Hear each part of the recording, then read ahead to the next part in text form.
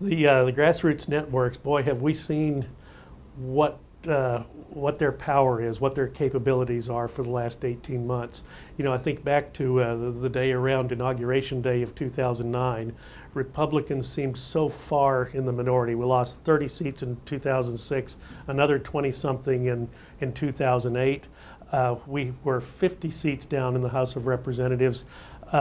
Did not need to be consulted about anything because, quite frankly, our numbers were not necessary. The Democrats could pass whatever their hearts desired. And it was only later, when they couldn't entice enough of their members to vote for the junk that they were bringing forward, that they decided they needed Republicans, and then we were criticized for not joining with them. But look, one of the things we found over those dark, dark days of the winter and spring of 2009 was that a minority in Congress, plus a majority of the American people, really turns out to be a pretty powerful political entity. And that's what we've witnessed over these last 18 months, has been that marriage of convenience, that merger between a conservative minority in Congress and a conservative majority in the American public. We stopped cap and trade dead in its tracks. We almost stopped health care, and probably could have done so had it not been for one or two pro-life Democrats who eventually went back on their word.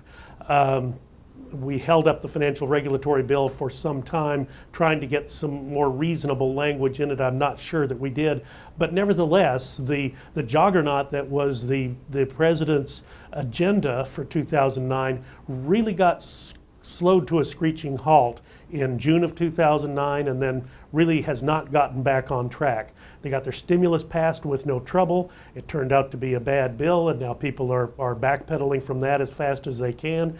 Cap and trade was a real wake-up call for conservative Democrats who voted for the darn thing, went home and got a shellacking by their constituents back in their districts.